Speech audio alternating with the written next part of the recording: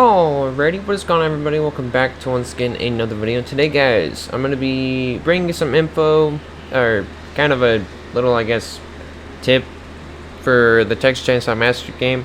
So for those of you that may not know, this game came out on the 18th, so it's been out for a few days, but I have been seeing some videos about people saying stuff about, kind of, it's hard to, I don't know, they have this feeling like they have to focus a singular character, like whether it's victim or one of the family members. So I just kind of wanted to bring some info on how to help with that and kind of give some ideas on how to make it easier for people to play who they want, or play who they want to play still, but also if they don't get who they want, like say, I know a lot of people, or Leatherface is required in order to start a match. So a lot of people are either going to choose to play him or choose not to play him. So, if you're a Bubba main on Texas Chainsaw Massacre game, then, most of the time if you get those masters, you're going to be the one playing Bubba. So you're still able to, play as Bubba, but in case you don't,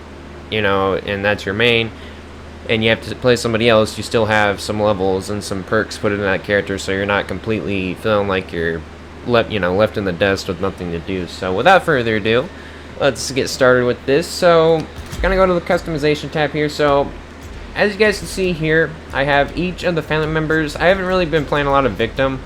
It's not that it's not fun, it's just kind of hard to get used to, but as soon as I get more experience points and stuff, and I'll probably start playing more victim and in the future. I mean, it's fun. But family members are also really fun to play as. But as you can see down here, I have each of the family members at level 5. So at the top right, if you see there, that is my current rank level, like overall career rank. So I'm rank 18. So I'm gonna say that's about the cap that you need to be at if you want to do this. But it could be 16, 17. I mean, it depends where you want to put it. But we'll go with 18. So once you get to the rank 18, technically, whether you're a victim or family main, I would say you're able to put at least 5 levels into each character. So I know a lot of people have chose a specific character that they want to play as. Like I was saying just a bit ago, if you're like a Bubba main, you come over to the skill tree and you're all the way probably up at the top right or top left. Depends on which path you took. But you could be like all the way up here and your Bubba's like level 10, but everyone else that's here is like level maybe 2, or most of the time level 0, depending on what rank you are.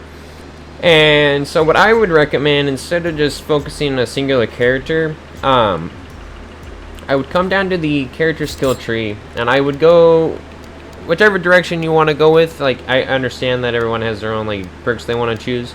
But whether you go left or right, I would recommend, so about each time that you hit, I want to say another one of these barriers. I'm trying to remember. I can't remember if it's a certain barrier that you hit or if it's like every 5 skill points spent that you get a level.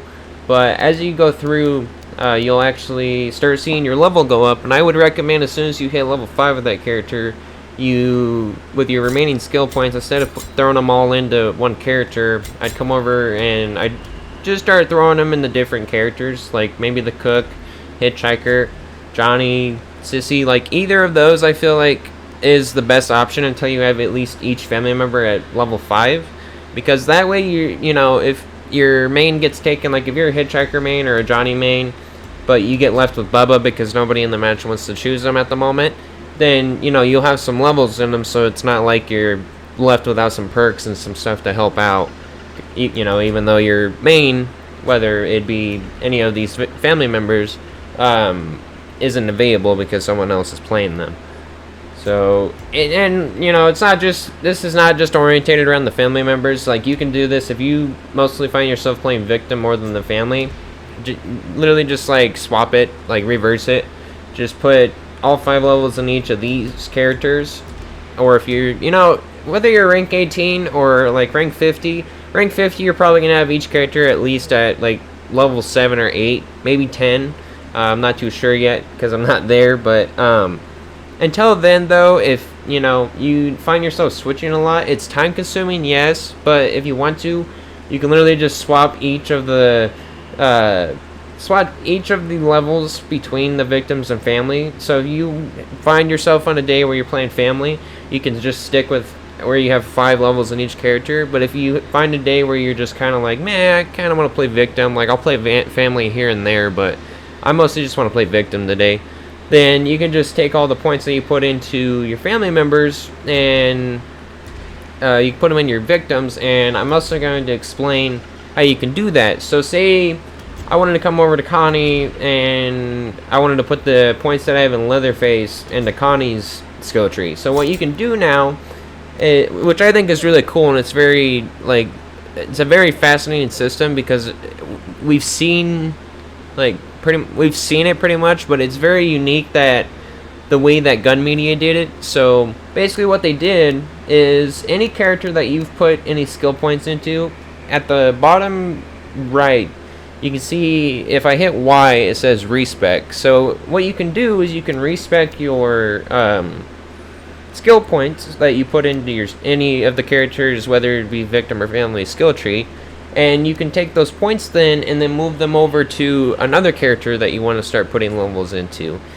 And what is also really cool is that whether you use these characters a lot or not a lot at all, whatever XP that you get for any of the perks that you claimed for that time you were playing that character stays on that perk. And also, if you get a level in that perk, say endurance or confusing mechanic, I think that's what it is. Say I got confusing mechanic here to level 2. If I was to respec Leatherface after getting that to level 2, when I go back through Leatherface's skill tree and I reclaim this perk through the skill tree, I will still have level 2 on that perk, which I think is really cool because it allows for more I guess expansion on what you can really do when it comes to respecking, instead of sitting there and being like, oh, I don't want to respec if I'm gonna, lose my levels, which you won't. I think it's really cool.